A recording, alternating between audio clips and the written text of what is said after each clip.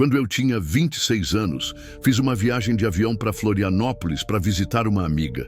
Fiquei alguns dias por lá e peguei um voo de volta para casa bem tarde. Meu avião pousou à meia-noite em Porto Alegre e quando cheguei na área de transporte terrestre, já era quase 00:30. Peguei um táxi qualquer na fila de táxis e dei o endereço do meu apartamento para o motorista. Ele disse que me levaria por R$ 30, o que era bem mais barato que um aplicativo de corrida, então aceitei. Ele se ofereceu para colocar minha mala no porta-malas, mas eu disse que preferia deixá-la no banco ao meu lado. Ele colocou a mala no assento atrás dele e eu me sentei na diagonal, no banco de trás.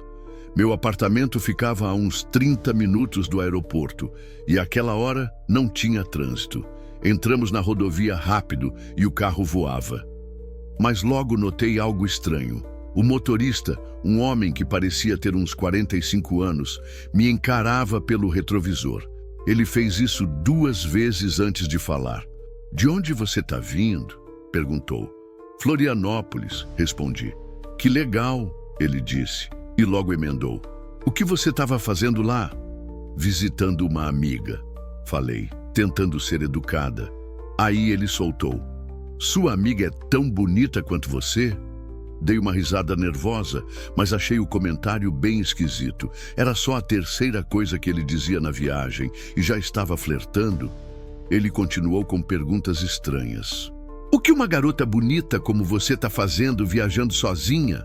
Respondi com um toque de ironia. "Eu acabei de dizer que não estava sozinha, estava com minha amiga." Ele retrucou. "Mas você está voando sozinha, então está viajando sozinha." Mantive o tom firme. "A gente pode discordar nisso." Ele riu e disse que era só uma brincadeira, mas eu não estava achando graça. Não era a primeira vez que lidava com um cara assim, mas sozinha no carro, aquela hora, me deixou desconfortável. Seguimos pela rodovia e eu vi o viaduto que marcava a saída para o meu bairro, mas ele não desacelerou. "Essa é a minha saída", falei, enquanto passávamos direto. Falei mais alto. "Ei, essa era a minha saída." Ele pediu desculpas e disse que pegaria a próxima. Tentei espiar o GPS dele para ver se o endereço estava certo, mas o ângulo não deixava. A próxima saída era a 1 quilômetro dali, e eu já estava sentada na beirada do banco, tensa. Quando a saída chegou, falei alto e claro: "Você precisa sair aqui." Ele não respondeu, só ligou a seta e saiu da rodovia. Notei ele me encarando de novo pelo retrovisor e juro que vi um brilho de irritação nos olhos dele.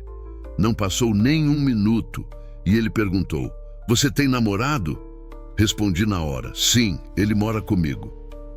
Ele me olhou de novo e acho que percebeu a rapidez da minha resposta. Então perguntou: "Qual o nome do seu namorado?" "Sério?" Ele perguntou isso. Foi a gota d'água. "Vou colocar meus fones de ouvido", falei, colocando os fones mesmo sabendo que a bateria estava quase zerada. Não estava ouvindo nada, só queria que ele parasse de falar comigo.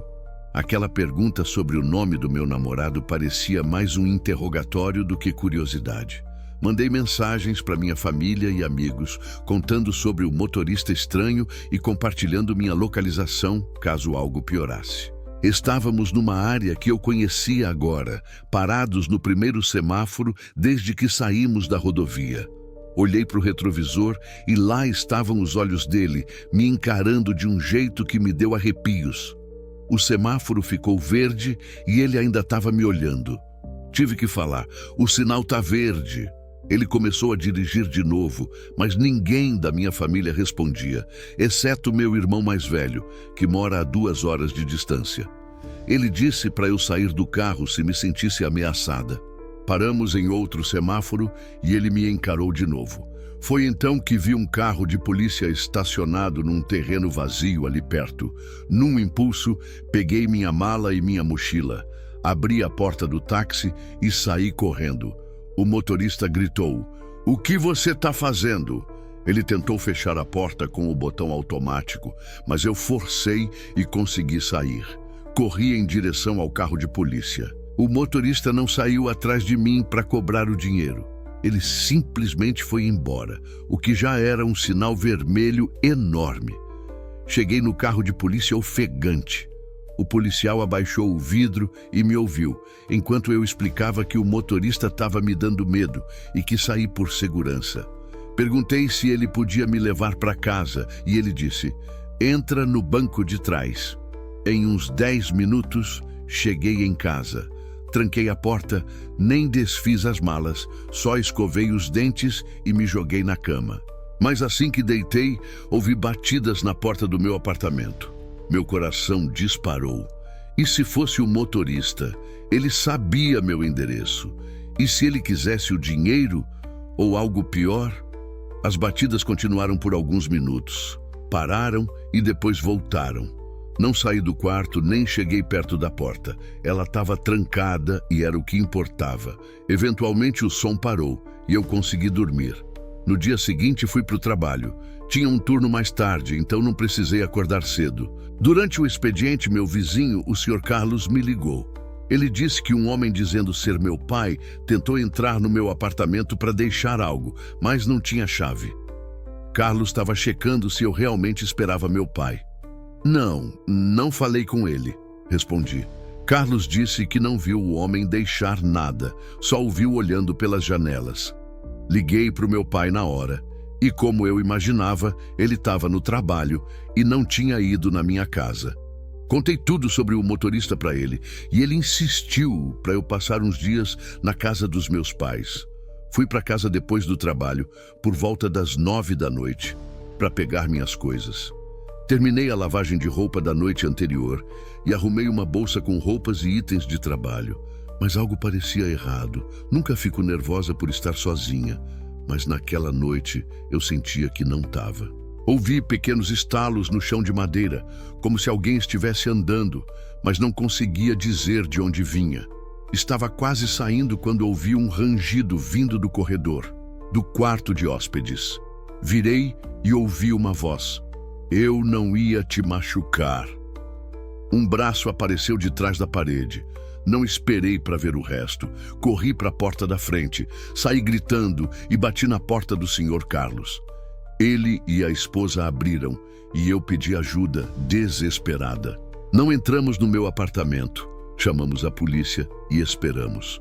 Meu apartamento não era grande, então a busca foi rápida. A porta dos fundos, que dava para o quintal compartilhado, estava aberta. Quem quer que fosse, fugiu por ali. Não tinha registro do táxi, nem número, nem placa. Só lembrava que era uma van amarela e a descrição do homem. Dei o trajeto que fizemos e o horário, na esperança de que a polícia pudesse checar câmeras de segurança de lojas na rua. Peguei minhas coisas e fui para a casa dos meus pais, onde fiquei uma semana. Meu pai instalou câmeras na porta da frente e de trás do meu apartamento e comprei uma arma de choque para deixar do lado da cama. Mudei de apartamento 2 vezes desde então e nunca precisei usar a arma de choque. Agora evito táxis quando estou sozinha. Prefiro aplicativos que são mais rastreáveis. Até hoje me pergunto, aquele cara era mesmo um motorista de táxi ou era um carro roubado?